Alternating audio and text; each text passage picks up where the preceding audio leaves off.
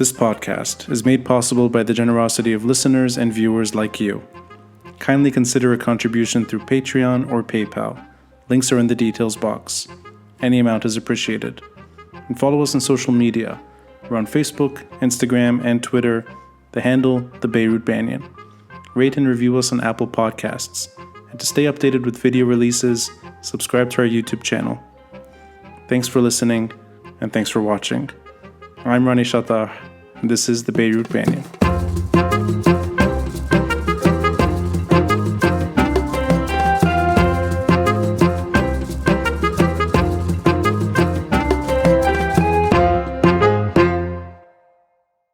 Before we get into Heaven Only Knows, and I've been listening to it, I think on repeat the last 2 days on Google Drive. That's awesome. So I have it on my phone. I'm actually listening to it. It got me more and more excited to know that we're probably not going to talk about Samir Jaja or Nabih Berri tonight. They're here. But they're here, yes. There's only 2 months. Yeah, that would have been great.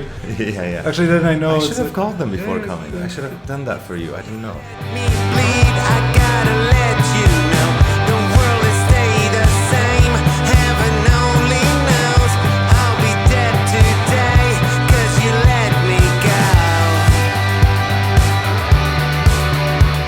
I really can't express how crazy it is to reconnect some, 11, 12 years after first meeting? Yeah, I think we crossed paths in 2012. 2012, yeah. Okay. So I remember you musically inclined. I remember Yeah. you were in Slutterhouse. Yeah. And I think we had a common friend. Yeah. And if memory serves me right, you visited my favorite apartment I've ever lived in. Yeah. Next to the old lighthouse. Yeah, absolutely. So that for me is heaven. And I never expected to see you again until it was really by chance online on Twitter. I was like, I think I know this guy, and I think I know his sense of humor.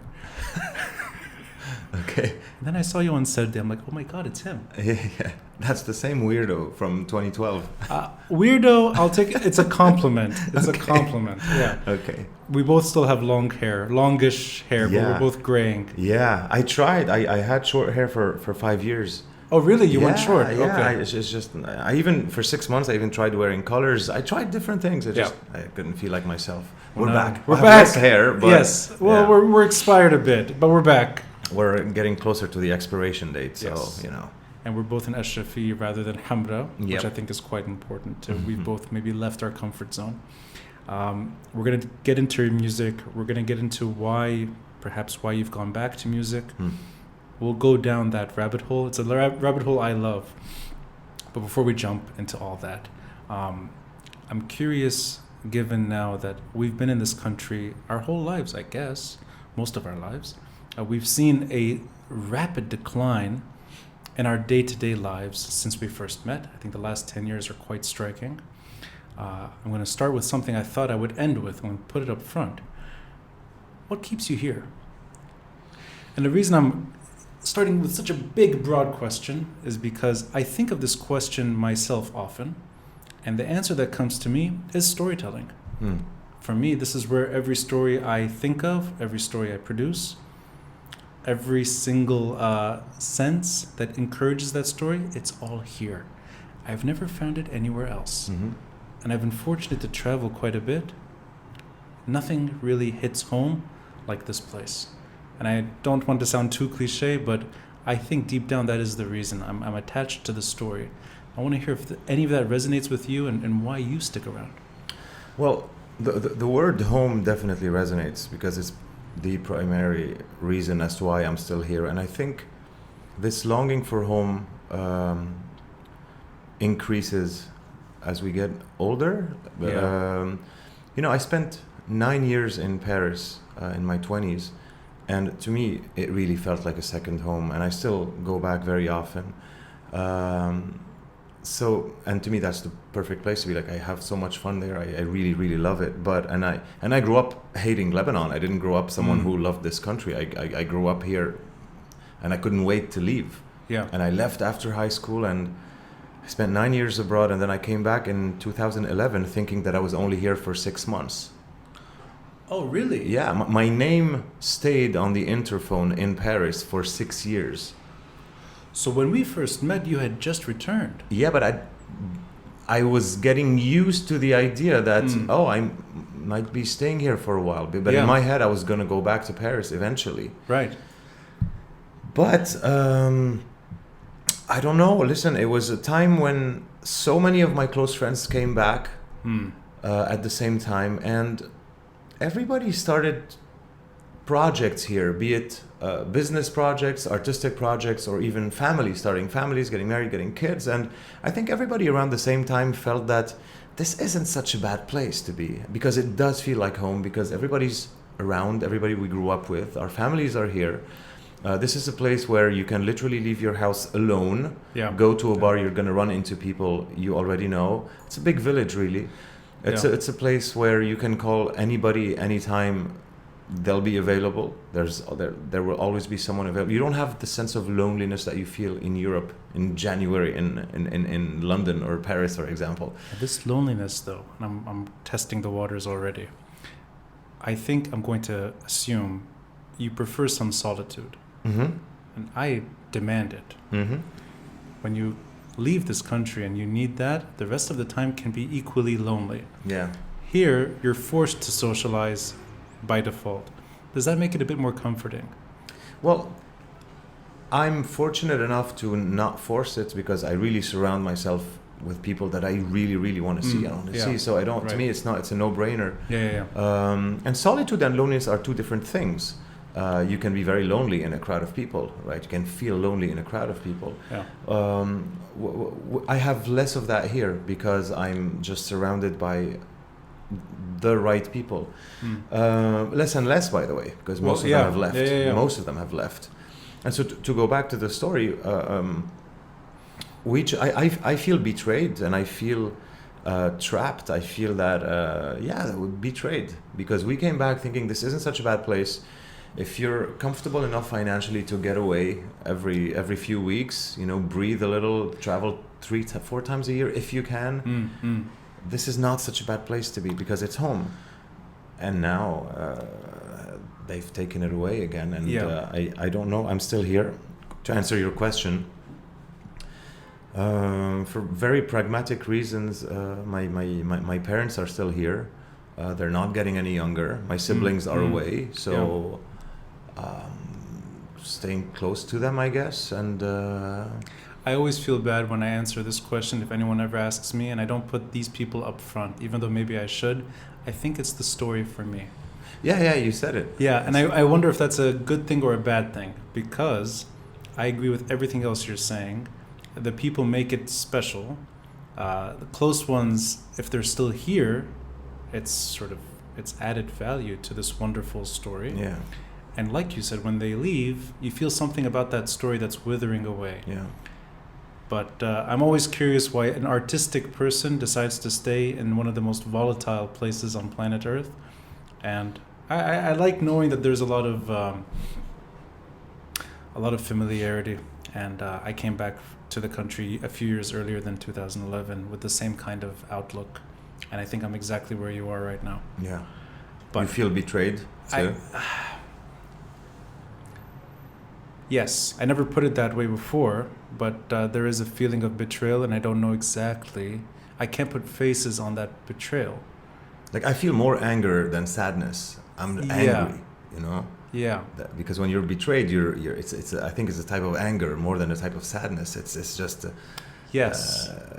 I don't know. It's definitely not healthy feelings, but it's unhealthy. And that said, whenever there's that rage or whatever it is inside, that anger, I think better work comes out.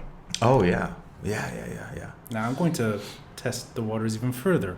I've listened to your music before. Yeah. I think your current single is by far my favorite track you've produced. With Grave Jones? Yes. Oh wow. So it comes out today, and I'm not trying to make it extra special that it came out today, but I really mean it. I listened to it 20 times or more. That's fantastic. And I like that the music video is that classical portrayal of a couple figuring things out. And it's such familiar territory because I love rock music. Yeah. and I think rock music is not exactly that loved anymore. Yeah. Unfortunately. Yeah. But let's dive into at least the genre. Your earlier music was not maybe that rock oriented. Yeah. It was maybe a bit of, I don't want to say electronic, but maybe it is. Yeah, it was electronic pop. Electronic pop. Yeah, that's what it was. And it shouldn't be. That's not condescending. That's more like that's factual. Yeah. But there was there was appreciation for rock music in it, and I think that's your side of the story. Yeah. This is really classic rock and the more alternative scene that I'm familiar with from the early 90s. Not classic from the 50s, 60s, more what I grew up with. Mm-hmm. Early 1990s, Right. mid-90s music. Is that a deliberate decision on your part to go to something back that maybe you feel is more jovial and more innocent than where we are right now? Because I didn't hear I didn't hear tragedy in the track. I hear actually just the familiar, what people should be dealing with rather than what we're dealing with. Okay. A couple, problems, and very simple and very easy to enjoy. So is that deliberate, or is that just where you are right now? Okay. So these okay, there's a lot of questions, but I'm gonna split it in two. So the first part is the difference, the move from electronic pop Slutterhouse to Grave Jones rock. Yes. And then talking about whatever you felt listening to Heaven Only Knows specifically. Mm-hmm. Okay. Well, we're definitely not the same. I'm not the same person I was 10, 15 years ago. Yeah. And thankfully. Yeah. I agree. You know how many people I meet and they're like, "Ana wala marra بتغير." What do you mean? That's bad. That's not good. You shouldn't be proud of it. That's right. Yes. I've thought the same thing for 30 years. That's not good. Don't do that. You should start trying. Yeah, try. So, what people don't know is that I grew up as a rocker, and I grew up playing the guitar, and I grew up playing around rock bands. It just happened that this experimental project of collaboration with electronic producer worked out for me.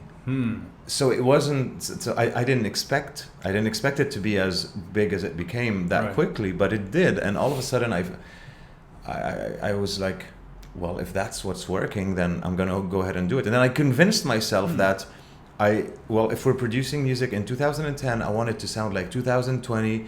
That guitars are dated. I got rid of my guitar.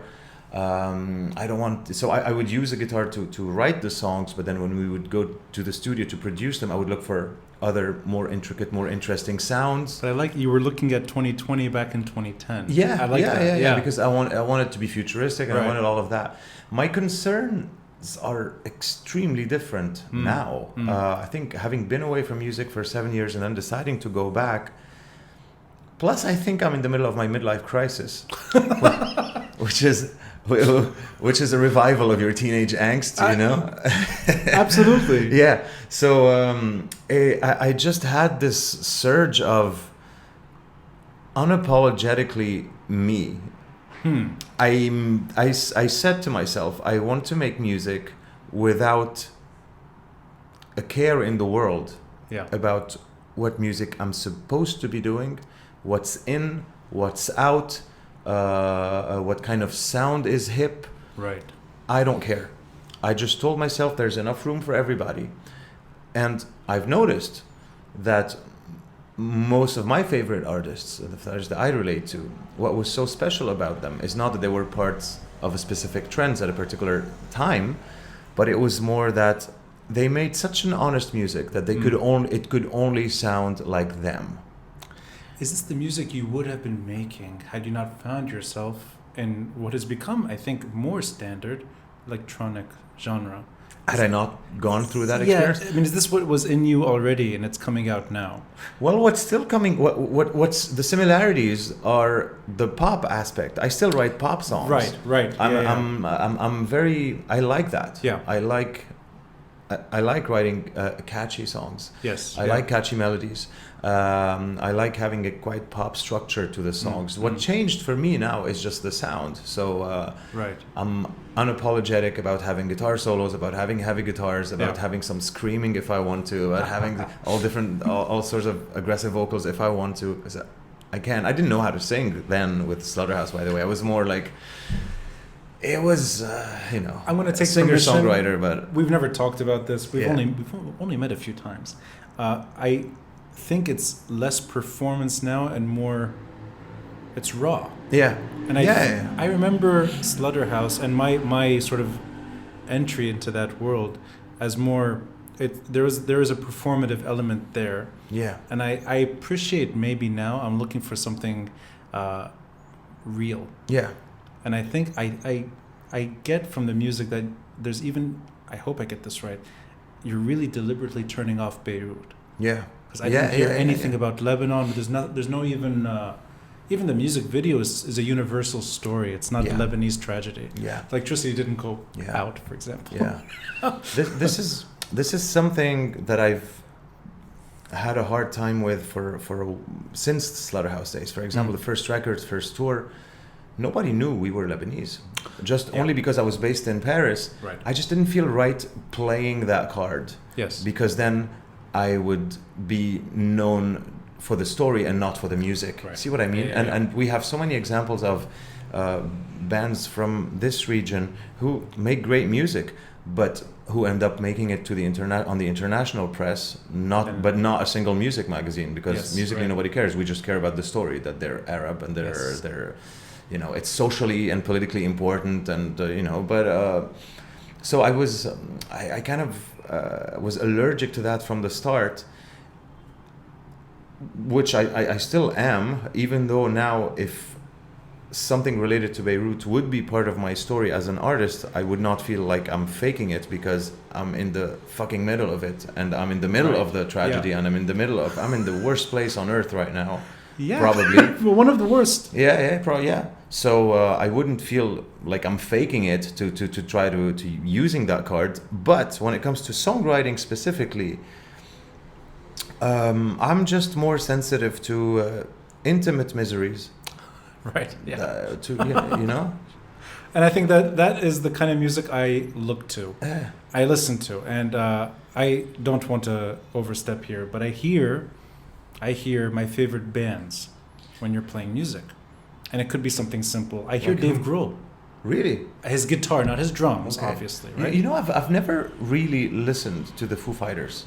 Your guitar riffs are not.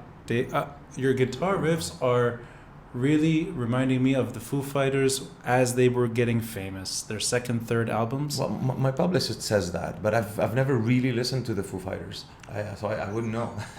Listen to I take my word for it. Even the way Dave Grohl sort of, maybe he goes a bit with his voice at times.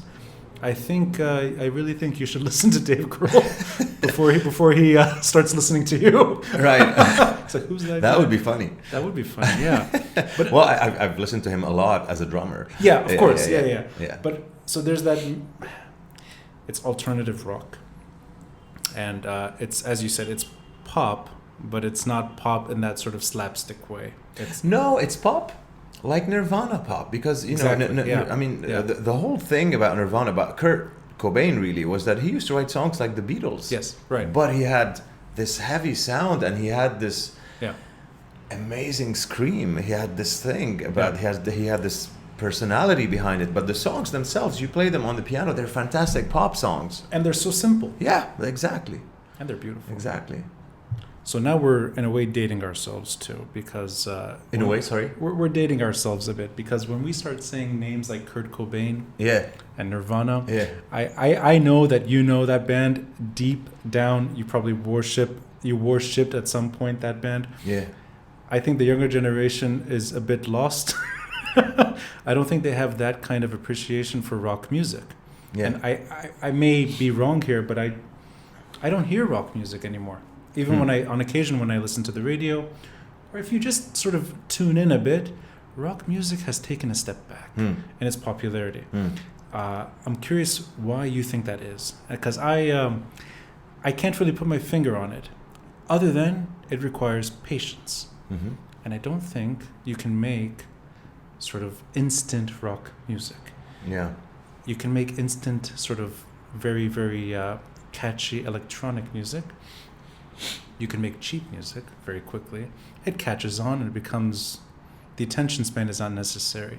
Rock music, the way I understood it, you buy a record and you listen to every track and you think about it. Yeah. And you may one day want to even become a musician because of that. Yeah. So do you think it relates to that kind of... People don't have patience anymore to enjoy a record. Or you're releasing singles, and I know that there's an album coming out in January. You're doing it the old-fashioned way. Yeah. You're not just sort of throwing them... Yeah. Well, I certainly agree with your second point. The way, consumer behavior has drastically changed, and I'll talk about that in a second. But I'm not sure to what extent it's related to the drop of popularity of rock music. I never thought about it that way. Maybe there could be, and you're just triggering a thought, so I'm definitely going to think about it later tonight. But I never made that connection. Yeah. But as far as rock is concerned, people have been saying rock is dead since the 70s, right? Since disco. And it just keeps coming back, and it's in waves. It will never go anywhere. It's just, it stops being mainstream. So it's not in the top 10 radio charts, but it doesn't mean that it's not there. It has an audience. It has a crazy audience. They're insanely popular bands. But, it's not on the top 10 of Mix FM, Are there famous rock bands at the moment? Well, I listen to Greta Van Fleet. Okay, so this is great. I don't even know who that is. So that's okay. They're famous. Well, they're young. I think now, a few months ago, they released, I think, their third record, and now the guys are 25, but they started when they were like 18, 19, and they were very divisive because in the early records they really sounded a lot like Led Zeppelin. Okay. So you had people who were enthusiastic about them, saying, "Well, they're introducing this sound to a younger generation, so that's really cool," and you had the haters who would say, well, if I want to listen to Led Zeppelin copycats, well, I might as well listen to Led Zeppelin. Right. And I felt more I wasn't hating on them, but I didn't really listen because I was not interested. I would rather listen to Led Zeppelin. Yeah. But then came that third record, which makes sense if you think about it. Everybody was being so harsh on these kids who were 18, 19, who you're expecting them to reinvent the history of music. Of course, you're going to start by mimicking and imitating your favorite artists when you're young. Yeah. That third record, they grew into themselves. You can definitely feel the Led Zeppelin influence, but they sound nothing like Led Zeppelin. Yeah. And it's a fucking fantastic record. Oh, wow. Oh, yeah. I'm listening to it on loop. I love it.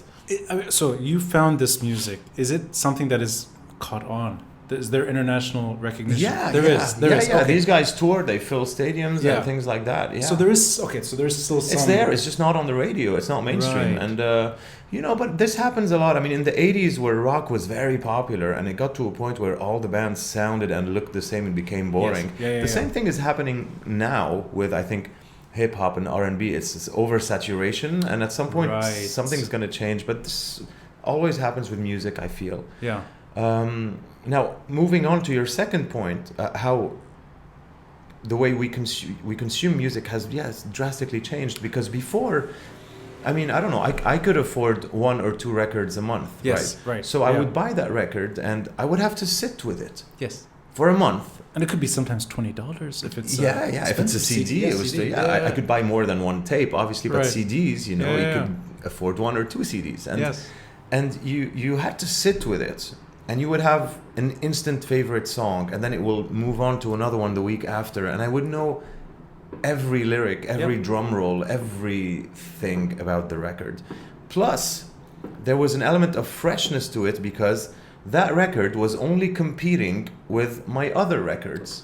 Right. It wasn't competing with every existing music in the history of the universe, which is one click away. Yeah. So when I release a record now, I'm competing with the 40,000 songs that were released on the same day, but also I'm competing with the Rolling Stones and Michael Jackson, and everybody's a click away. And if you have subscription, I mean, it's everybody's a click away. Yeah.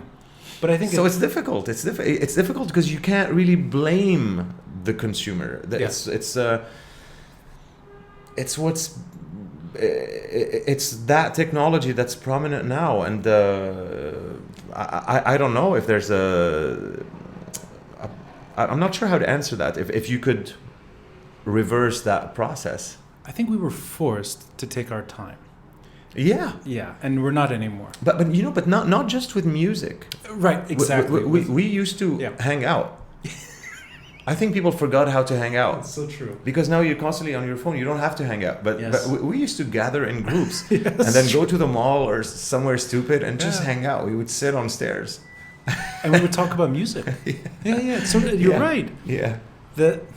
So I wonder, because a lot of things that have happened, and I like that we can date when we first met and where we are now. Are we the same age?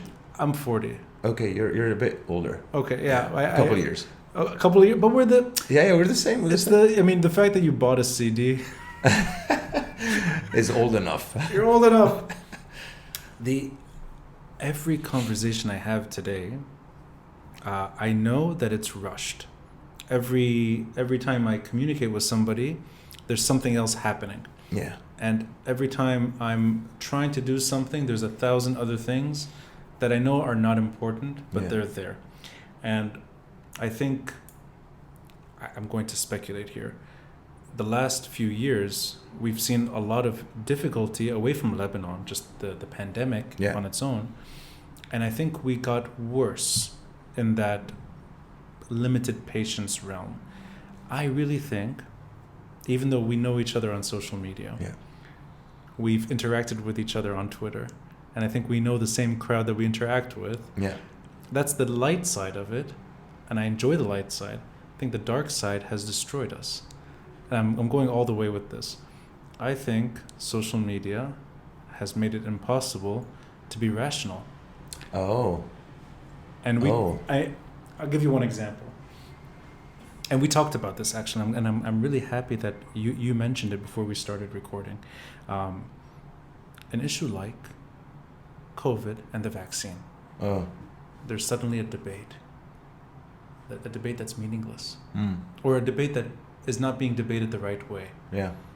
And then on social media, there's a wall, two sides. I think actually that's probably the most difficult topic. Every single issue now is being, there's a war going on online. And I think patience is not part of the story there. On the contrary, it's conflict. Yeah. Perpetual conflict. I've said a lot here, but do you think that is something that we just simply did not grow up with? And at least we know that there's something better than this mess. And even if it's sort of a bit romantic, like hanging out, or even taking your time and trying to understand something, I think there's something very valuable there that's no longer with us. Yeah.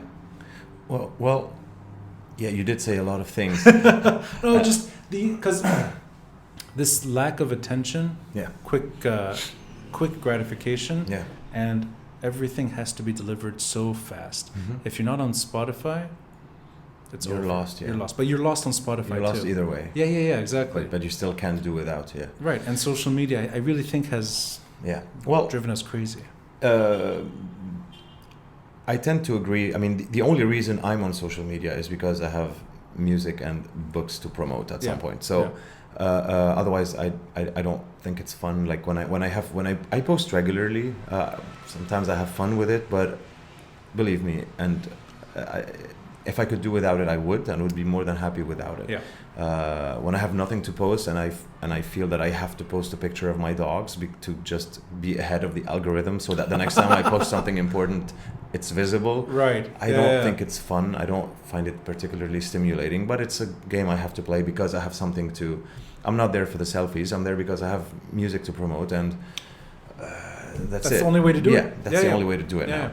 So, but definitely when it comes to this polarization and it's like a war scene on social media, because there's really no room for nuance. It's not the right space for that. I mean, you have a tweet is 240 characters. What debate are you going to have in 240 characters? Exactly. It's just impossible. So the space is not made for it. The space is made to just take you into two opposite channels. It either takes you into either takes you into the channel of validation, so where you speak to people who think the same as you and they like, or the opposite, they troll you and they how would you call that? They quote retweet you or something. So this is pretty much it. And if you're not mentally strong enough to understand that, then stay away. Because another thing that the human brain was not ready for is the depersonalized interactions you have with just nicknames. You know, I tweeted it a few weeks ago when I was the victim of an assault. It's not an assault. I was laughing at it by Adele fans on Twitter. Right.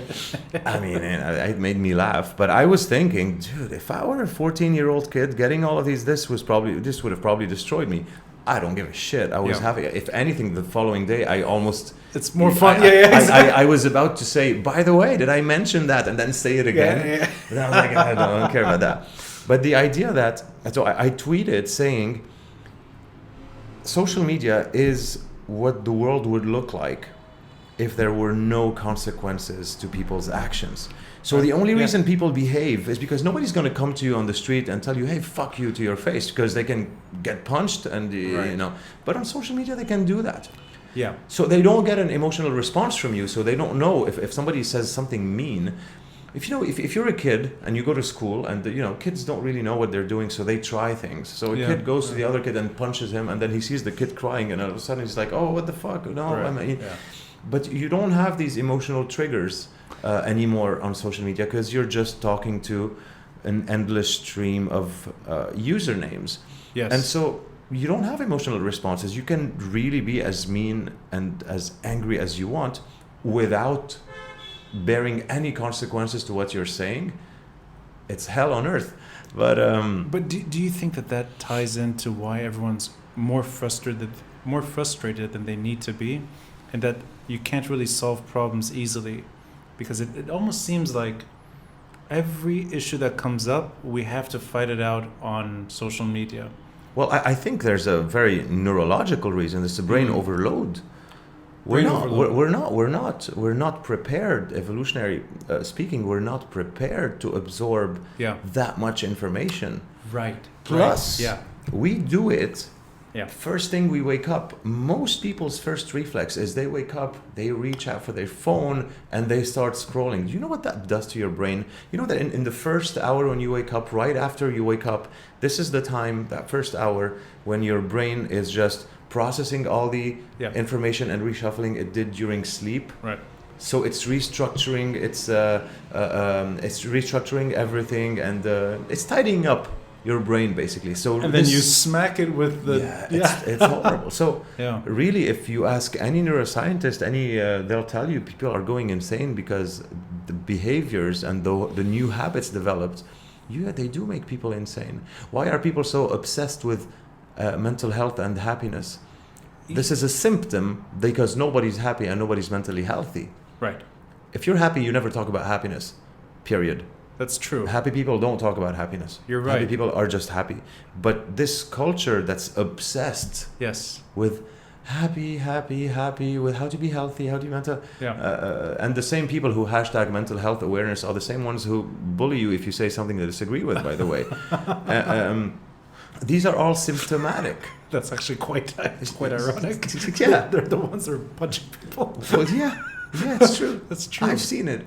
But I mean, this is a huge question. But the reason I'm taking liberty and going very broad is because I'm lucky to know that you're an AUB philosophy instructor. Yeah. So I can go as far as I need to. I'll do my best. Yeah. No, but do you think that also has an impact on music? So, and I'll give you an example. People don't have the patience to listen to a full track. Yeah. People want to just be gratified with something so fast, and then they can skip. Yeah. You know? Oh, this is not interesting. The first 5 seconds didn't give me that hook. Yeah. Go on. Yeah. And I really think by just listening to a little bit of your recent music, you've taken me back to a time where I can't do that, and I like that. Yeah. I have to listen to the whole track. There's a story. Yeah.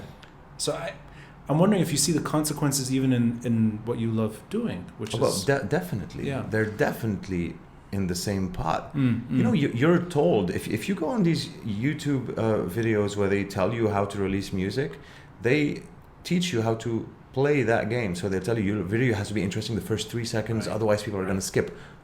Really? That's the pressure you're putting on me to make it interesting for the first 3 seconds. Yeah. Really, that's what you're giving. That's the chance you're giving me. I'm pouring my fucking heart out into what I'm doing, and you're telling me you got 3 seconds.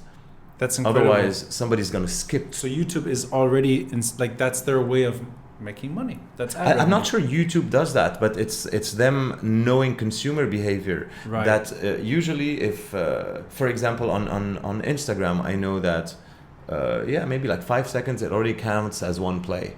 So if something plays for more than 5 seconds, it's one view or one play or something. Yeah. Because most people, and yeah, it is difficult because you want to put so much effort and a lot of time, money into something that means so much to you, but you know that, like a video for example, but you know that it's gonna be watched on a tiny screen like that with people scrolling with their finger. It is a mind fuck. And I know that you spend time making these music videos. Yeah. So I'm gonna reference to your most recent music video, which came out today. Yeah. Which I saw it on Instagram. Yeah. And you know, it's so funny that when you sent it to me in a Google Drive folder, I click, open, and sit down and I watch it on my laptop. That's as close as I can get to MTV in the 90s. Right. For me, MTV was everything. Yeah. And I would finish school or finish work, and before MTV became crap. Yeah. Well, before they stopped playing music. Before they became, when they used to be music, I would love watching the full music video. Yeah. And you'd see the artist and the track, and you'd learn. You know, and it would require some patience. I watched your music video, the most recent one that came out today, For Heaven Only Knows, on my laptop. I enjoyed opening it and watching it, and I wanted to know where the story goes. Yeah. And it already reminded me so much of those older music videos. The way it started, it's like, oh, this is a real music video. This is not 10 seconds. This is a story. And it's narrative. It's not conceptual or exactly. Yeah. And then I saw it on Instagram, and it's funny. I didn't watch it on Instagram. I was like, oh, that's how it works. Of course, I'm not going to 5 minutes on Instagram. No, but on my laptop, I know what I'm doing, and I open it. And I felt it. Sense. Yeah. But then I don't know. Will people actually take the time on Instagram to watch it? Probably not. That ruins, I think, the experience, because I know that you spent time on that music video. Yeah. I know that Smithereens, which came out almost a month ago, or even more. Late August. Late August. Yeah. I mean, the effort, and I know that you made a lot of effort putting that video together when there's no electricity. It was terrible. Yeah. In the heat. Yeah. It was horrible. And you made it happen. Yeah. I don't want to see that on Instagram, because I know what you went through to make that music video. Yeah. But how does it feel for you as an artist? Yeah. Well, listen, my concern is elsewhere. My attention is elsewhere, because the way I see it is, well, and I don't want to sound bleak or gloomy, but to me, I'm whenever I'm doing anything now, I'm always thinking about, well, what would I want to leave behind? Yeah. When I'm gone. I'm not saying I'm dying now, but eventually we're all going to go. If, a kid in 2100, whatever, just stumbles upon, discovers what I used to do, how would they get to know me a little bit? Would they relate to what I'm doing? Would they feel some of my suffering? Would they feel some of my pain? Will they feel less alone? Will they feel more isolated? I'm very conscious of that, and I'm just trying to, because whenever you decide to release anything, you're really, and that's, to me, that's the greatest thing about art, you're really leaving a trace of yourself out in the world to be independent. Yeah. So this is all I think about. So I'm not, the rest is secondary. So of course it is annoying to know that you're going to put so much effort into something and people are just going to scroll through with it and everything. But I try to put my attention elsewhere, and it really is. Well, what is it? What really matters to me is I'm leaving bits and pieces of myself out in the world, and I'm curious to see the independent lives they could have. That's interesting. So it's really about the craft and the content, and everything else is secondary. Yeah. I appreciate that. Actually, I think I live the same way. I don't always. I do look at Instagram sometimes or just social media to know that I know that that's not where I want to be. Yet I'm forced to be there. Yeah. But I agree with you. Yeah, you know how many people try to talk me into, because sometimes I do stupid stuff and I post funny things, and these are the things that get most traction. And everyone's like, well, you should do more of this and more of that. I'm thinking, you'll get more followers. I'm not interested in more followers. Yeah, exactly. I'm not trying to be an Instagram influencer. I'm a musician trying to promote music through Instagram. Yeah. So if I'm gonna have 1 million followers, but only 10 of them are listening to my music, I don't care about the other million. Like, I really don't. Yeah. And I really don't. I'm glad you're saying I wholeheartedly don't. So it's tricky because like we said earlier, you're kind of forced to play that game, and I do my best and I do enjoy it and I have a lot of fun on it. But I mean, there's also a reason why I don't follow a lot of people, because I don't want to fall in the trap of then I want to keep up with everybody. So I don't do that, and people think I'm rude because I don't follow back. But forgive me, the only reason I don't is because for my own sanity, because if I follow you, I'm gonna want to keep up with you. And then they'll probably want you out. I would rather choose it. I would rather like decide, I wonder what this person's up to, and then I'll go on their profile, rather than have it be imposed on me. I'm so happy you're emphasizing that the number of followers is simply irrelevant.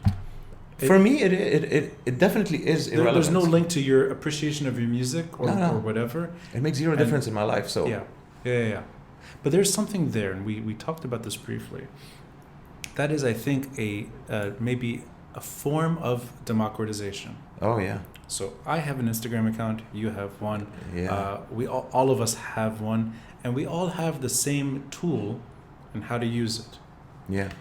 I guess there's a lot of everything that could go wrong in that democratization experience goes wrong on social media, and you can have fake things emerging, treated as valid, important. Exactly. Yeah. And I think that may have had ripple effects on how we even, not just how we live, how we govern ourselves, and there's something about democracy there, and the ability for all of us to amplify our voices all the time. Yeah.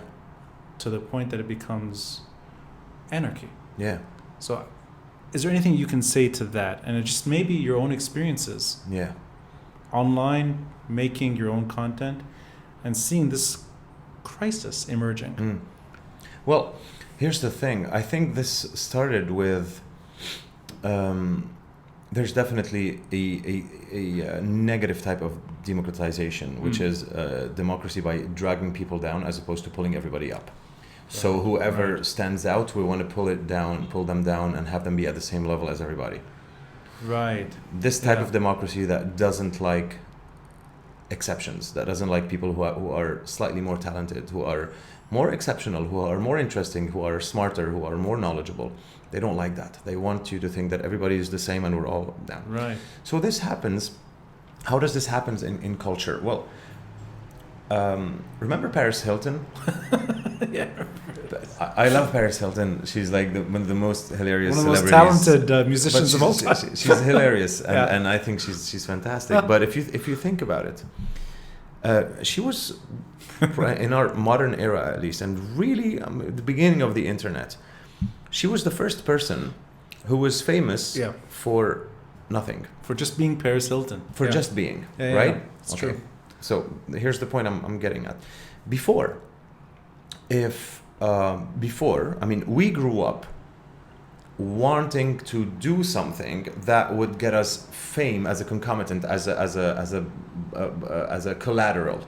Right. So I want to be a musician, and if I want to succeed, I'm going to be famous. I want to be an actor, and if I succeed, I'm going to be famous. Yeah.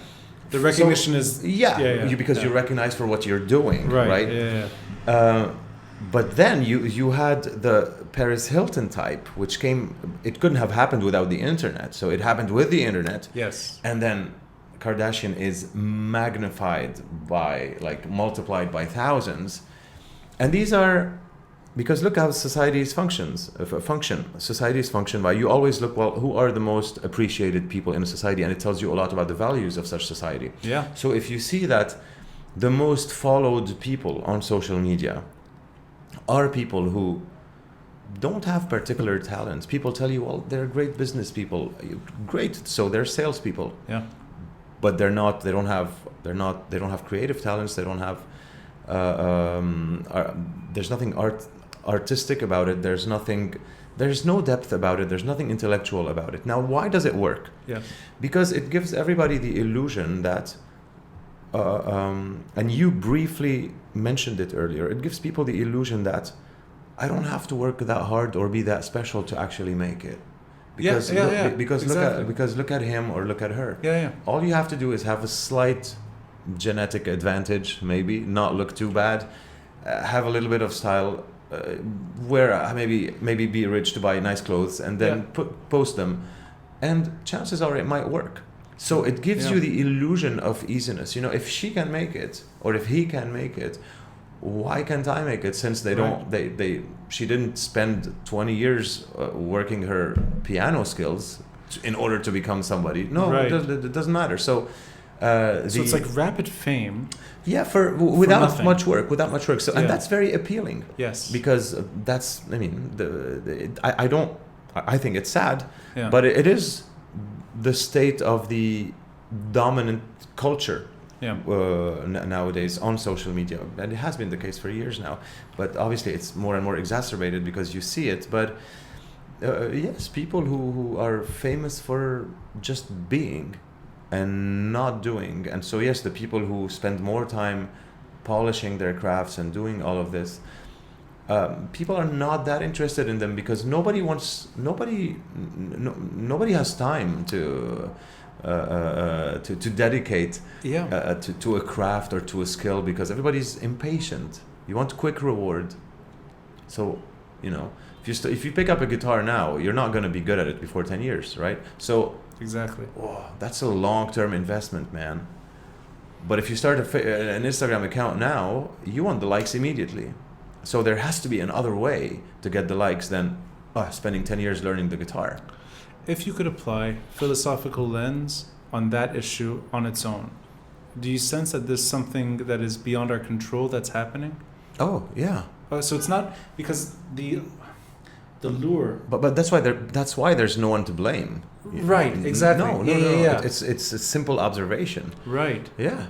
And it's the way you described it is that's my life. The first thing, 6 a.m. Yeah. I shouldn't even be awake. Yeah. I'm already on Twitter, or I'm reading other news. I'm getting stressed for no reason.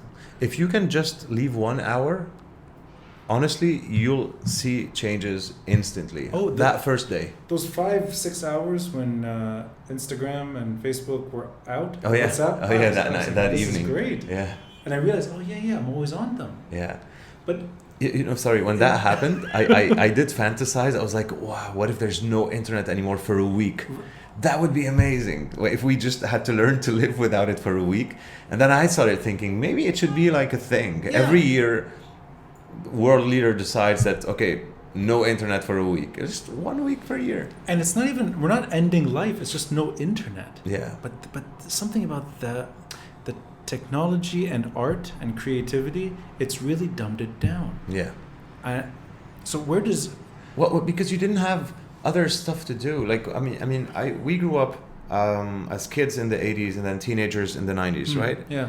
You were in your room alone. You had nothing to do. So, that's true. So you had to read a book or you had to play an instrument. Every kid had a guitar in their house. Yeah.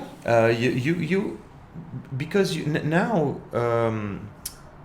if you're on your phone, you're connected to, even if you don't particularly want to talk to somebody, most likely you'll just send a random tweet or send somebody a random joke or a sticker because you never have to be alone. That's true. And that's the difference. You never have to be alone yet. Are we sounding like but old people? We're sounding. I don't want that because I'm just describing. I'm not, I'm not being like, and back in my days. That's really not how I'm trying to portray it. I'm just describing a clear difference between life with the internet and life before the internet. We're the last generation. Yeah. That knows what it means to create. Yeah. And I think that requires so much time and effort. Yeah. And then the consequence is a lot better quality than the short-term gratification that comes out now, which is my way of saying thank you for going back to the old form of releasing music, of having tracks, of having music videos, and then there's an album launch in January. It's the way it should be. You're not just throwing it out all on Spotify in one go saying, I'm back. Yeah. And I think it's okay to, if the numbers don't match, I think it's better, because then you know that those are the people that are still appreciative of your art. Yeah, no, definitely. I mean, the first single did get, and that made me very happy because it got a lot of attention, mostly UK press. It got played on like over 300 radios worldwide. It's still spinning.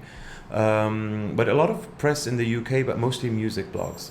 So that made me very happy. Yeah. They didn't care where I came from or anything. It was just like, that's such a cool rock track, and Grave Jones bringing rock back to pop, to the pop charts and all of that. It didn't matter that you're really in Beirut. No. That must feel good. Yeah. Because you feel validated in that community of people who like that type of music. Right. I grew up, rushing to the store to buy Guitar Mag or Guitar World and to just look at pictures of Joe Perry and Slash and these guys. Thankfully Slash is back, but Slash is he's deteriorated quite a bit. I mean, I saw him on stage. Slash or Axl, you mean, who's deteriorated? Both. Really? Sorry, not So Slash is pretty good. He's very cool for what he's. He must be mid-50s? Yeah. Late 50s? Yeah, late 50s. Yeah, he still has it, but when you get a little too close, like, oh my God, he's old. They're old, man. They're old. Everyone's like, Axl doesn't sound the same. The guy's 60. The guy's 60. And that band, which may be one of or the best heavy rock bands of all time, it took them a decade before they could actually release Appetite for Destruction. There was Appetite?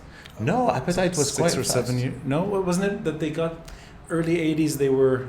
Oh no! They formed in '85, but they were like different bands, and then when they first got together, I think was in '85. No, a couple of years. And Appetite was very raw and very intuitive. But Slash in his bedroom at age 16 with David Bowie dating his mom. Yeah. Axl as a teenager scribbling down November Rain as a kid. Yeah. And that they took their time to finally become who they were. You can't do that today. Yeah, well, you have that a lot. And they suffered. No, of course, and they had to polish their craft by playing. You have a lot of artists who are very good songwriters, for example. Yeah. Very good musicians, songwriters. Today. Yes. Yeah. So they can record something and release it on the internet, and it can become a sensation overnight. But then because they don't have, they didn't have to go through the touring circuit, they're not seasoned musicians, they're not polished. So you throw them live and it just doesn't sound good. Yeah. But all our favorite bands pre-internet, the only way to make it was to keep gigging, keep touring until somebody noticed you. Right. Yeah. Because somebody had to notice you live and not on the internet. Right. So obviously, it's, as with everything, it's a double-edged sword. I mean, the internet is a fantastic tool. On the other hand, it does prevent you from polishing your craft and becoming a seasoned musician. I'm so glad that there's still that component, that you still have these bands touring, even if they're on their last legs. To see Guns N' Roses is an experience. No, of course. But I mean, the thing that saddens me is that they sound more like a cover band of their former selves. Well, yeah, that's that's a good point. Yeah, I mean, and that's really that's the band that changed my life instantly. I was 8 years old when I was exposed to that band. And I was in my older cousin's bedroom, and he was studying for his official exams. He was 10 years older than me, and I heard something.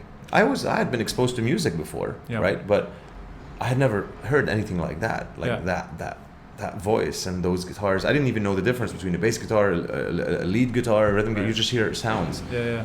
And I was like, what the fuck is this? Yeah. And I go to my cousin, I say, what is this? And he takes a piece of paper and he writes down Guns N' Roses, Use Your Illusion. And I go to the tape store, I buy it, I go home, and I instantly knew that I'm just not going to be a banker. Like, I don't know, but like my life changed instantly. And then later when I heard Ozzy's voice, I was so terrified by it, but at the same time so drawn to it. Yeah. I was like, I'm scared of this, but I want in. I don't know what it is, but it's so magnifying. It's there's something very innocent about that too. yeah. Oh yeah. It's when you're very young. Yeah, and you're just being exposed to what is so powerful, and then it lives in you forever. You know, every first time is the last time. It's terrible. This is so tragic. It makes me so sad that you can never recreate. You know what I do sometimes? I go on the internet and I watch reaction videos of 14-year-old hip-hop fan listens to Guns N' Roses for the first time, and I just try to vicariously relive that through them. I'm like, I want to see his reaction. And it's fucking insane. The guys are like, what? They can't believe that this exists, that this is true, that this is real. They're like, how did I not know about this before? And it's amazing watching them, because that's the exact reaction I had when I was a kid. So no, if people still relate, if they're exposed to it, because it's so visceral, and it's, you know, we're all human. Doesn't matter what year you're born, it will still talk to you.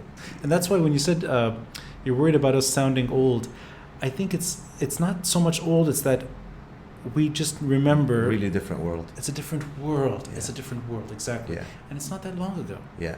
And I mean, I guess the only way not to sound old or be like we don't get credit for it. It's just that we did not have the same options that people had.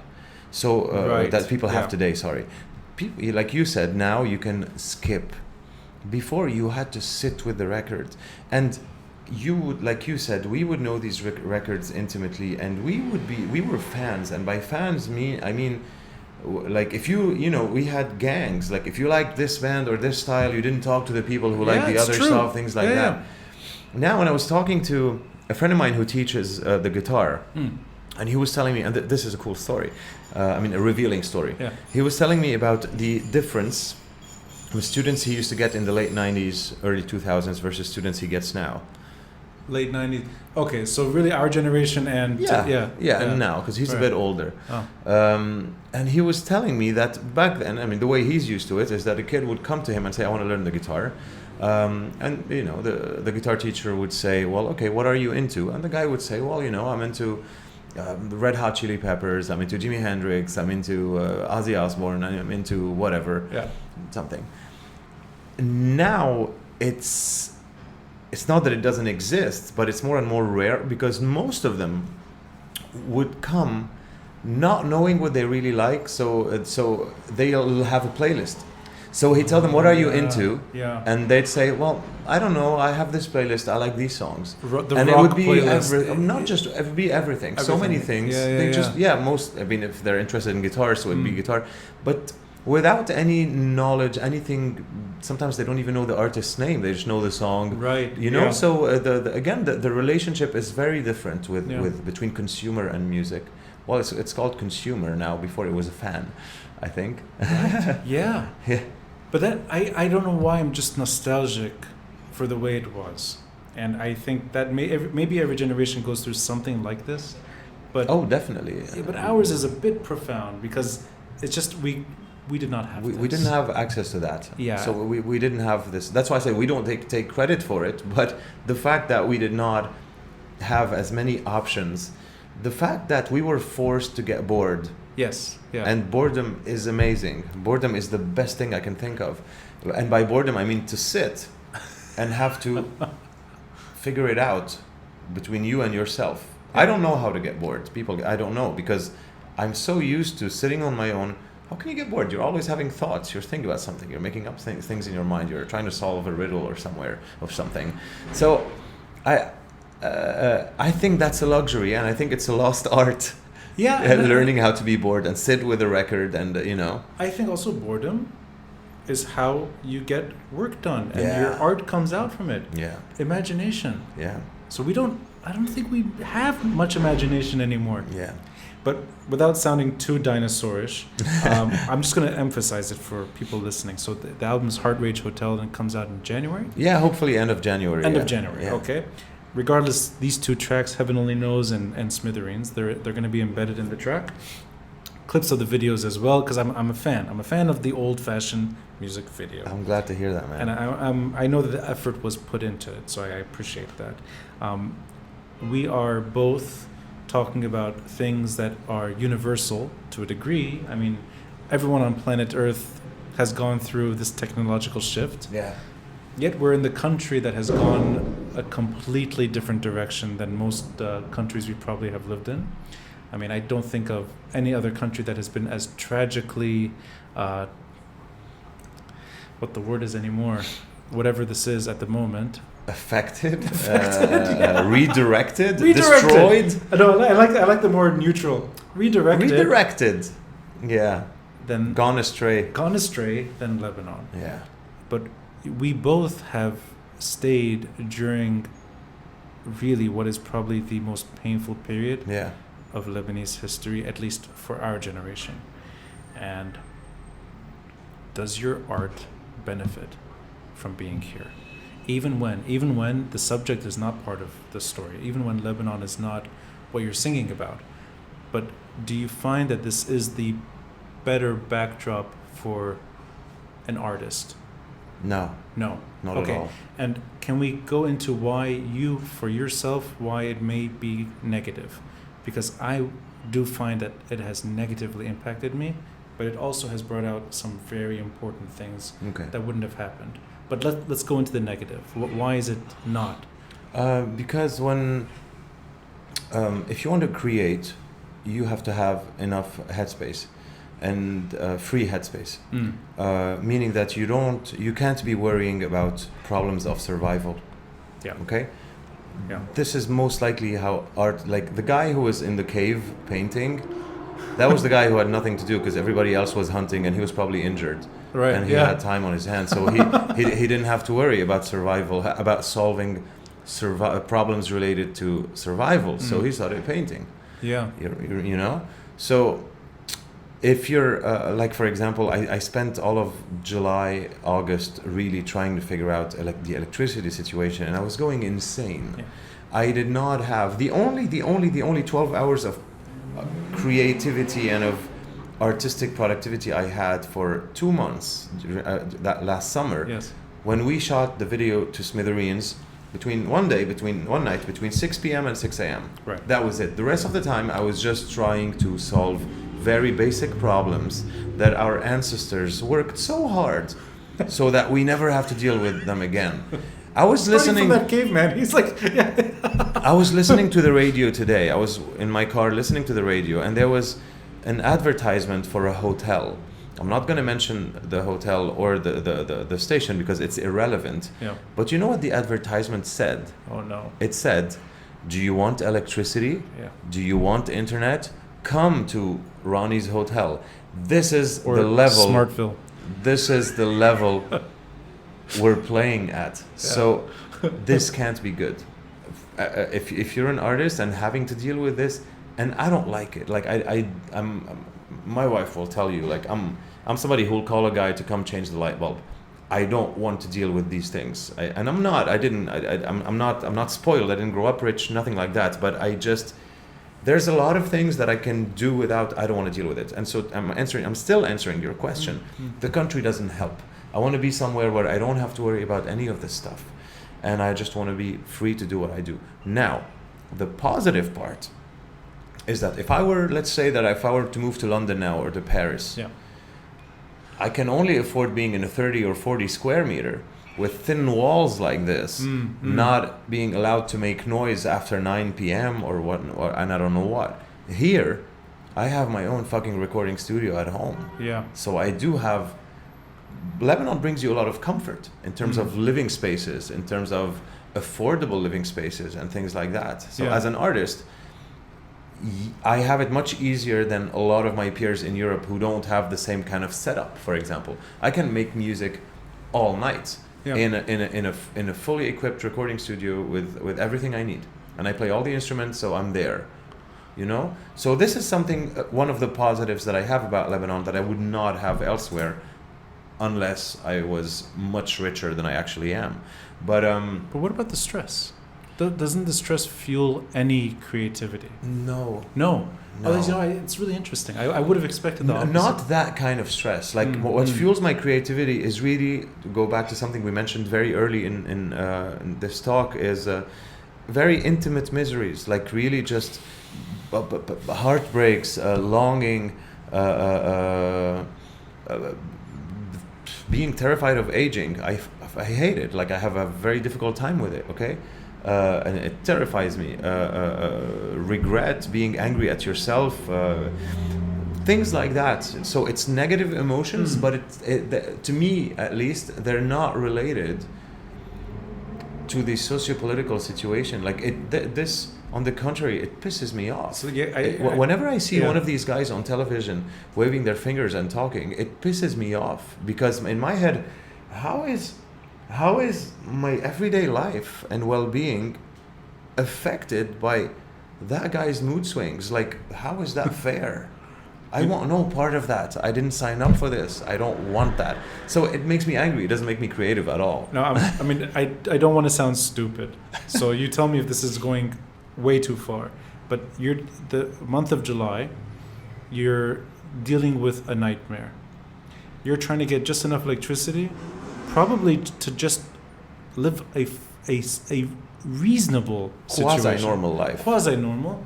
Also, probably you want to record. Yeah. And you need electricity. Right? Yeah. So you're navigating somewhere between 8 to 12 hours of electricity a day, at best 12 hours. And it's painful in Beirut in July. Nobody wants to be in the sweat, in the misery and suffering. Add to that everything else that's happening. Electricity almost seems like it's not always the most important thing, that there's worse things happening, but electricity is fundamental. Doesn't that channel any sort of, isn't there enough misery there for there to be a song? It's obviously not a song about the generator. Yeah. It's not a song about Kahraba Lebanon. Yeah. But just the emotions. No, most likely you're right. Indirectly. The album is entitled Heart Rage Hotel. Well, that's why I was kind of curious. Yeah, I'm assuming this is the indirectly. You're probably right. No. In all honesty, like I don't actively, consciously feel that I'm inspired by any of it, but definitely the bent up frustration, tension, anger. You can probably will hear it on the record. Okay, so it's adding to the anger, but it's not necessarily the source. Yes, exactly. Right. Exactly. That's interesting. I would assume, I guess, that it's funny. I always think, this is what happens to all of us, but no, we all relate to this story differently, and it sometimes it hits us in bad ways, in different ways. Yeah. So I'll give you my side. My negativity is got to do with everything you were just describing about TV. When you turn it on and you see the idiots that have no place in this country, and they're the ones with leverage. They're deciding everything for me and for you and for everybody else. And we, very few say anything reasonable. So even on a good day, their best statements are bad. Yeah. So there's nothing there that's good, but that does two things to me. It motivates me to actually say something about it, or write something about it, or challenge them in a very limited way, but it gives me that spark. It also drives me insane, so it does both. But I don't think watching them abroad gives me that emotion. Watching them abroad? Yeah, so when I travel. Oh, and I when look you're not here. When I'm not here, yeah. Okay. And this is a feeling. It's almost like the moment I get on the plane and I'm leaving, they don't matter. Yeah. What religion blood says is gone. Yeah. How Samir Jaja reacts is gone. Even this sort of big name, bigger than life, Hassan Nasrallah, he doesn't affect me when I leave. Yeah. It's all here. And the emotion doesn't work there. And the story doesn't come out right. And I think somehow it's almost like you have to live in it. And I don't know, maybe it's a bit sort of too subjective, but these characters mean nothing to me when I leave. Yeah. Yet they mean everything to me here. Yeah. Well, because their every mood swing affects you in one way or another. Here, Yeah, right. it does. Yeah. On a very basic level. Yeah, Like just on, you know, the garbage, the electricity, the everything. yeah. And to me, that's the infuriating part. Mm. That Yeah. how am I dependent on that? Like, where do I sign out? Like, I want to stay here. And, you know, one of the reasons I'm not leaving is because I'm still refusing to being kicked out. Mm. I'm stubborn. I'm not gonna let you kick me out. You're making that choice by you. I'm not fine with leaving knowing that I'm kicked out. Yeah. Because I feel that they're doing everything they can to kick me out. Yeah. I'm literally being told every day, this is not yours. There's nothing for you here. Mm. Why are you still here? Just go. I'm You're guessing either by gonna- friends, right? Huh? And by close ones. I'm guessing people say this to you regularly. I'm talking about the system. All Oh, of it. sorry. Yes. No. That's the system itself. Yeah. Is what's communicating to all of us. That the people like you and me and people who want nothing to do with their thing, nothing to do with their grand slogans, and nothing to do with their imaginary wars, nothing to do with any of that. People who just want to live a decent life in a reasonably functional place and be able to do things, you know? It's not much to ask, by the way. We're not asking for much. Yeah. It's very basic. We're being told every day that this is not for you. You know, we're back to being... There's a lot of investment to be made in Lebanon again, because there's nothing. Like, you know, out of 8,000 restaurants, 4,000 closed. There's no more nightclubs, no more... So there's a lot to be done from scratch. But who wants to do it? Nobody wants to do it. Because, like, where am I building this, you know... After the second independence, in the mid-2000s, when the Syrians left... Rabih, thank you. Which is you. The independence. This is why. Okay, so I'm gonna say this, and I know I'm not. I told myself I would not talk about this. I want to talk about it just because you brought it up. Thank you, Rabih. Thank you. But I mean, no. What else is it? You said it without even hesitating, and I know that you believe that. Oh no. In my head, that's where, in my mind, this is when I celebrate the independence. So, with your permission, we're gonna get back to this. Yeah. I want to talk about this because I can feel it sometimes that people are not afraid to say the truth, and I think you're comfortable at saying the truth, and I just that is something I want to go into with you. Yeah, we can. So we'll go back just to that little independence moment. Yeah. Thank you for that. Oh no. Well, It's the only politics I will. Okay, sure. I mean, I'm happy to share personal thoughts and truths and experiences related to that. I mean, no problem there. But what I was saying is that after that, and until, you know, the late 2000s, right before Thawra, basically when really things started to get bad, I feel that we all lived, like, we built a bubble for ourselves and lived through this illusion that, you know, with all its flaws, this country in Beirut was still okay, a decent place to live. And so we built so many things. There were so many things that opened, so many art galleries, so many initiatives, so many venues, so many concert venues, so many... creativity, real creativity. A lot. Yeah. The music scene was blooming, even though I wasn't part of it anymore. At some point in the early 2010s, I stopped. But a lot was happening. And now, going back to this feeling of betrayal, it's like, that was never yours, you know. You were there in your own bubble, but no. And most people, this is the biggest wave of emigration since the Civil War. Yeah. Most people are gone. Yeah. Most of my friends are gone. I think it's 400,000 people in the last 2 years. I found myself 2 weeks ago sitting at home alone. I was alone, and not knowing who to call to hang out with. This has never happened to me in this country. Never. But there was not one person that I actively wanted to see who was here. And then your wife was like, hello. Oh no, she wasn't. She was away too. Then I was alone. She was away too. Hi.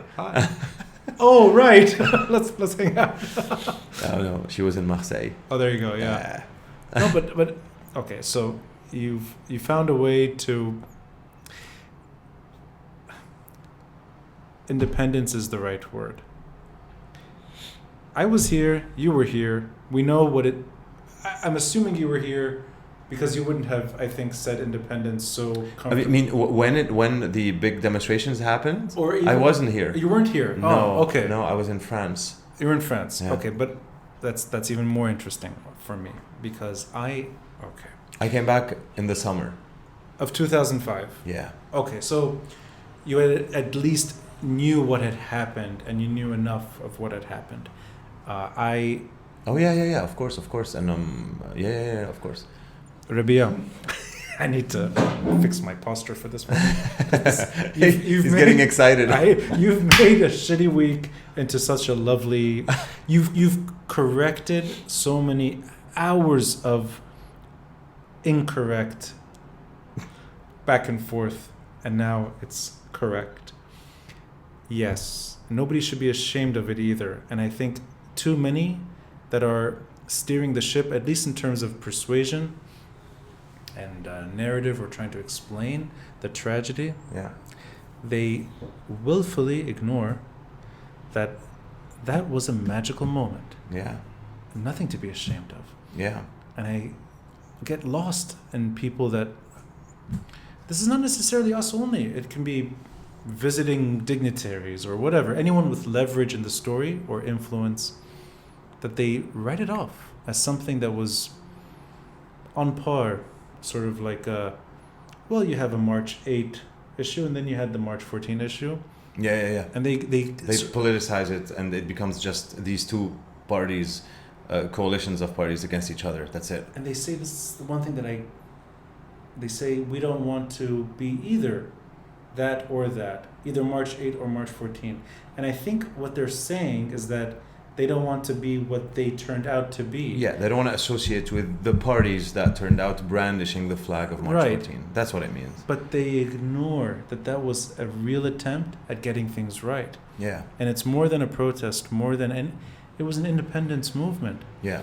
Well, but this happens a lot with you. Like it certainly happens with somebody that you've hosted, by the way, with like Sami Jmail, when you have a lot of people who don't want to associate with him or the Kataib because of particular events during the Civil War. Right. And I understand his frustration, because a lot of them are like, but why doesn't he let go of the party and changes the party or whatever? Yeah. But his argument, which is a very fair argument, is the party is not just about that negative point that you're talking about. There's history, there's glory, there's accomplishments, there's struggle to the party, and I'm not willing to just turn my back on it because of something that happened, something bad that happened in a context of war when nothing good was happening anyway. So I fully understand that the people, this brings us back to something we were talking about earlier, which is the death of nuance. Yes. It's either this or that. If you, I don't know, like if either with October 17 or against it. Yeah. And by saying you're reflecting on March 14, you surrendered the principles for the revolution. Right. That's it. Yeah. That's it. No room for nuance. No room for middle grounds. If you're like you're supposed to not like, for example, Donald Trump, and Donald Trump says something that sounds reasonable and you agree with, and you say, oh, I agree with what he says, automatically you're labeled like a Trump supporter. Right. Yeah. But this is everywhere. I'd like to think March 14 was so much better than Donald Trump. Oh, yeah, no. I was giving an example. No, I know, yeah. But I mean, there's something about, I think it may be an age gap, maybe, that, and it could also be that people that just we're not here, they don't know it. But also, most people, and this is one of the main problems in Lebanon, by the way, agreeing on who our enemies are. And so when you have half of the country that considers that we have two enemies, we have Israel and at least Assad's Syria, And on the other hand, the other half of the country that considers that no, Lebanon has only one enemy, which is Israel, and the other is a sister, that's a problem. People who did not grow up under the humiliation of the post-war Syrian occupation. Yes, exactly. So who did not go through that trauma. Yeah. So they don't really measure the gravity of that occupation and the importance of the events on March 14th, basically. So that build-up is what they missed out on. Yeah. And I think that's where the disagreements come in, because it's almost I live in this world. If you defend the principles of March 14, you're losing half of your audience. Yeah, because you're either Uwait or Mustaqbal or right. Yeah. And even though 16 years ago, we didn't think of those names the way we do now. Yeah. If you say Kata'ib, since 1930, 1936 until today, you take any decade, you say that name, it'll bring up different reactions, of right? Course. Same applies to, I think, anything. If you say Mustaqbal, if you say Uwait, look, you can say any name in this country, and depending on when it is, it'll bring up something else. We did not have this anti-establishment sentiment 16 years ago. Right.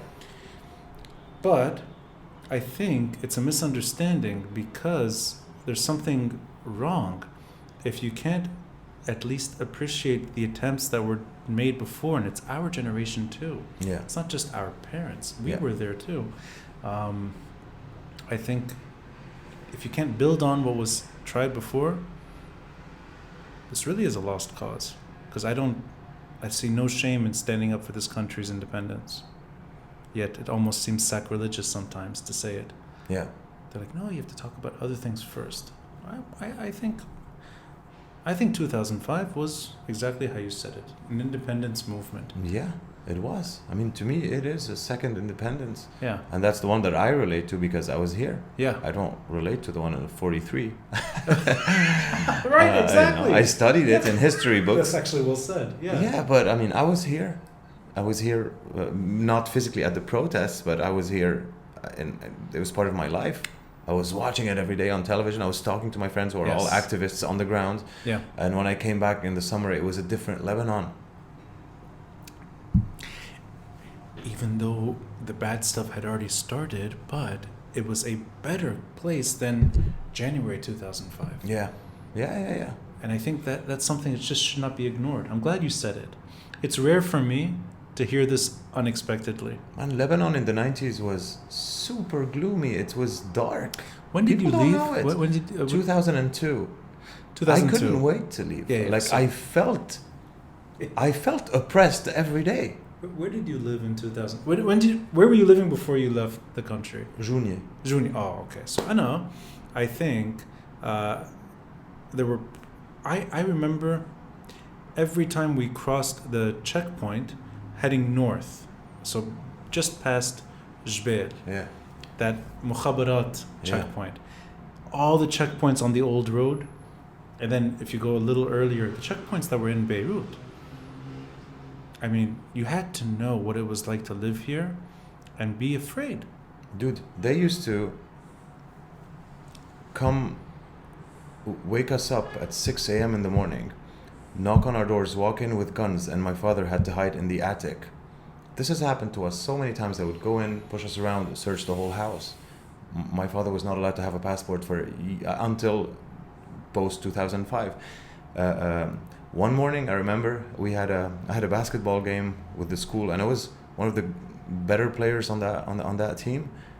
I scored 2 because an hour before the game, I had just gone through that experience of them coming to the house again to search the house and to look for my I'm having shivers talking about it. If you don't mind me asking, and I can remove it if you don't want. Yeah. Is it related to anti-Syria? Yeah, my father was Uwait. He was an Uwait. Yeah, he was a captain. Yeah. So he's not Uwait anymore. Right. He's not at all. I'm very happy you're saying this, because it's important for anyone who talks about that group, criticize Samir Jaja as much as you want, criticize the Uwait as much as you want. In 2004, that party was still banned. But that's what I mean. Yeah. When we So- in 2005, when I came back, I don't know how to say it without it sounding wrong, because somebody somewhere is gonna link it and probably say that, oh well, I'm Uwit. I'm not. I don't give a shit. I would not vote Uwit. Neither will my dad, by the way, who is completely opposed to Samir Jaja. But I hope Aune. no, Okay. no, I'm joking. no. But usually it's either or. I know. I was gonna say like, oh no. Because I'm but you're right. What's Yeah. that? There's no Aouni ideology. It's usually just Yeah, Bashir it's- supporter who hates Samir Jaja. Right, That's what it is. exactly, yeah. That's all there That's is. true. That's the depth of Right. of the Aounist ideology. Yeah. No, we're Christians. Who's Right. the second best? We'll go for this guy. No, but it's. I'm sorry to interrupt you, but yes, you're describing a moment where this party is not a. They're banned. So, Samir Jaja's in jail. But that's what I said when I said it's a different Lebanon. For me, coming back to a country where all of a sudden people could brandish the flag Yes, exactly. was absolutely insane. Yeah. Because you have to understand on what visceral level this pokes me. You know, I grew up in that environment, in that persecution, being proper persecution. I'm telling you, man, like knocking on doors at random hours to come and like fetch him. We would have to call people all the time to get him out of jail and things like that. Like, it was not good. And to come back and see that all of a sudden people are allowed to brandish this flag, man, that was intense. That was ironically a liberating feeling, even Yeah. if it's a flag I would never brandish now. But I'm not for anything being banned. Yeah. I'm for every flag being now you have parties who beat you up if you're carrying the Lebanese flag. That's true. Yeah, that's the problem. But I like you've got that perspective where you grew up in this country knowing what it was like. And therefore, these are not all toxic names right now for the reasons I think too many subscribe. I think it's unfair to treat everyone that was yearning for a Lebanon that they could fly the Uwait flag, for example, treating them as part of the problem. Yeah. There's a real misunderstanding, I Yeah. think. It's Yeah. a pure, almost like an extremist way of looking at it. But of course, that's the polarized end of nuance thing I'm talking Yeah, about. Because exactly. I'm telling Yeah. you, I'm almost certain Yeah. if you keep this part in the podcast and somebody will hear it, I am 100% sure there will be an idiot saying, oh, this guy is Uwid. Yeah. No, I'm just giving autobiographical facts. Yes. I grew up in an Uwid household, just like everybody in this country grew up in a something household. Mm-hmm. I do not identify with the party. I do not vote for its members.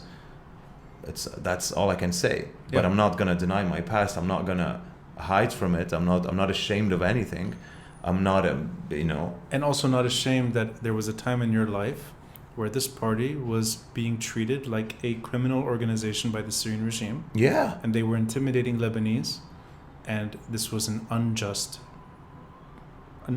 reality. But that's partly why I told you I grew up hating the country. I couldn't wait Yeah. to leave. Yeah. To me, Lebanon was oppression. Yeah. Feel it every day. That's why I'm telling you, the 90s were horrible here. Horrible. The only escape we had was,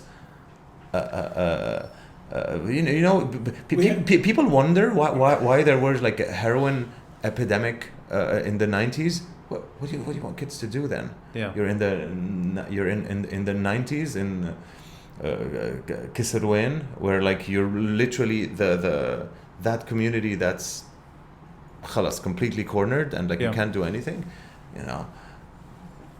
This was, I think, the one side of the story that people just don't appreciate. They don't want to hear it. They don't want to hear it, and they're unfair to, I think, anyone that still wants to reflect. Yeah. And I lose. I think I lose patience sometimes when there's that absolutist way of looking at things. Like, you just have to start from October 17, 2019. Can't look back. I think you have to look back. Who thinks like that? Children. Oh, but Children. There's such an infantilization of culture in general in the world, and you see it here. Yeah. Who thinks without nuance? Who thinks in terms of good, evil only? Bad person, good person. These are the kids' tales. The two-dimensional characters with no depth, no complexity. Oh, you think like this, so you're evil. If you think like that, you're good. This is how children think. So what if the children are in their 30s? Yeah. I don't know what to do. What if the children are ambassadors? Yeah. And then the children are offering their own version of events that in your heart is false. Yeah. I don't know what to do other than just try to keep reminding people that good people tried. Yeah. And what you're calling bad is not bad the way you describe it. Yeah. I've said this on the other podcast when I said that it's so that puerile way of looking at our parents' generation and say, oh, you guys were bad people, you did the war. Exactly. Who thinks like that? Yeah. You have to be a child to think like that. These were people defending their households, defending from all across Lebanon, all parties. I'm really talking about all parties here. Yeah. They were people who didn't know any better. They were told there's a threat, and a lot of times there was an actual threat. They had to defend themselves. This is what happened. Does it justify it? No, it explains it. Explaining does not mean justify. Justify means make it just. This is not just, but it's explainable. It explains it so you can understand why this happens, and you have to acknowledge it so you don't repeat it. You can't just rebuff it as, oh, well, no, they were evil, we're better. What do you mean? Hannah Arendt wrote about the banality of evil. Yeah, that's true. Oh, now there comes the philosophy card. But I mean, even the worst crimes in human history, like the Nazi crimes, were committed by banal, normal bureaucrats. Yep, that's true. Because put in favorable context, this is how these people behaved. Yes. And if we don't acknowledge that and just say, oh no, there's good people and evil people in the world, and hopefully the good people will take over, well, good luck with your fairy tale, man. That's all I can tell you. This gray between the black and the white is where I live. Yeah. And I get very turned off when there's absolutists. Me too. And especially when they have leverage. Because I think this country, if you blame Lebanese for who they are, and if you blame Lebanese for where we reached, and you blame everyone that tried to do something pre-October 17, 2019, you're blaming everybody. Yeah. There's nothing... I still have this very soft spot for October 17. I still think that is just it's a very louder March 14. Yeah. And I don't think it's wrong to say that. Yeah. And when I don't want to divorce them. Yeah. I think it's the same root desire. Even though it's not independence right now, but maybe that is what it is at the end of the day, without us saying it on the streets all the time. It is not independence from a physical military occupation, but we're quite close to that. Very close. Very close to that, man. Very close to that. So I've taken a lot of your time, Rabih. I just want to wrap it up with a bittersweet ode to a few things. First, from my side, I'm glad you're doing things that I think are quite eclectic, and they're on your terms. So, you create music on your terms. Yeah. You whispered earlier that you may be finishing a book that you almost threw away, that you're perhaps writing again, on your terms. Yeah. I'm guessing you lecture because you enjoy the whole experience. And I'm probably, if you didn't like it, you probably wouldn't be doing it. Yeah. And I think there's a lot of individuality that I admire, and groups in general are not something I look at. I like complicated people and complicated stories. So for me, knowing that you're still here allows me to remember I'm not so alone in that mess. That's one thing. The second thing, black. Oh. You are wearing all black, so am I. I only have Black You only have clothes. black, Yeah. Good. That's number 2. I appreciate this. Number 3, the long hair. It's true. It's true. We're okay. If you can sort of project a bit, knowing that it's not too bright right now, and that we're going to be in this mess for quite some time. Can you see how your life evolves in this country? You're married. Yeah. You have taken that step, and can you imagine having a better life here in the years to come? Because I don't. I don't, and it kills me, but I don't. Yeah. I don't. I think that we're all clinging on to whatever can give us a tinge of hope, like elections, like whatever. Yeah. But it's also volatile, and it's I don't see it. I just don't know. And I'm not saying it's gonna be horrible throughout, but it's a terrible position to be in because I really don't know. Like, I know nothing. I don't know what next month is going to be like. Yeah, you're right. And I think it's going to be like this for a while. Yeah. And I'm not sure how healthy this is. So for everybody, living, you can live in a country where you know exactly that the bus will come at 8:02 in the morning. That's true. And here, you're in a country where you don't know if there's going to be a war in the afternoon or not. Right. Let alone in the morning. Right? That's true. So, I don't know. I don't know. But I'm assuming that you're sticking it out, regardless. I can still get out. You're sticking it out. I'm sticking it out. Yeah. Well, as long as it's livable. Yeah.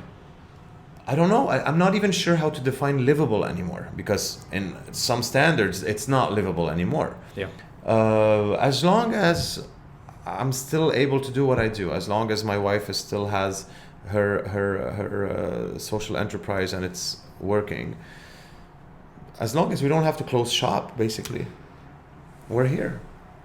And again, I'm not too eager to, even if the opportunity came, I'm not actively looking to leave because I don't want to leave my parents alone. My brother is a professional boxer in the States. My sister lives in Dubai. Yes, yeah. I mean, I'm here with them now. Like I don't see them a lot, but I try. Once a week is good. Oh, that's more than enough. Yeah, once a week is good. You're a great son. Sometimes twice if they come to Beirut. That's No, you're a very, very good child. Thank you. I see my mom once a week, and she's complaining. I'm like, no, that's healthy. That's good. Twice a week wouldn't work anymore. No, but I hope, for selfish reasons again, that you stick around. I will fade away with this country, and I'd like to see you play live. That would be a treat. Yeah, me too. Without our masks, when this is all past us. Yeah. So, Rabih, thank you for spending your Friday night. I know you probably had 1,000 better things to do. It means a lot to catch up. It also means a lot to do this the day the single comes out. Heaven only knows. So it'll be in the episode, and I look forward to the full record in late January. Keep doing everything you do. I'm glad we finally got the chance to catch up. Thanks so much for having me. And I told you I had a fantastic time reconnecting with you and having this conversation with or without the cameras. I really had a blast. And they're still recording. So no, I didn't have 1,000 better things to do. Good. That's the thing I wanted to do. So excellent. I'm very happy to be here.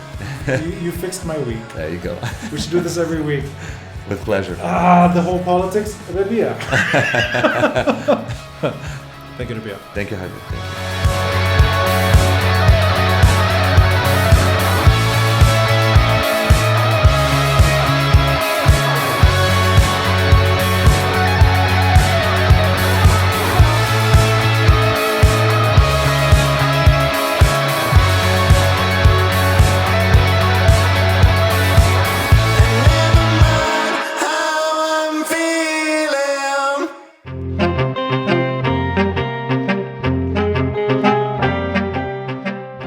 Thanks for listening and watching, and a friendly reminder to support this podcast by contributing through Patreon or PayPal. All links are in the details box. Until next time, I'm Rani Shatah, and this is the Beirut Banyan.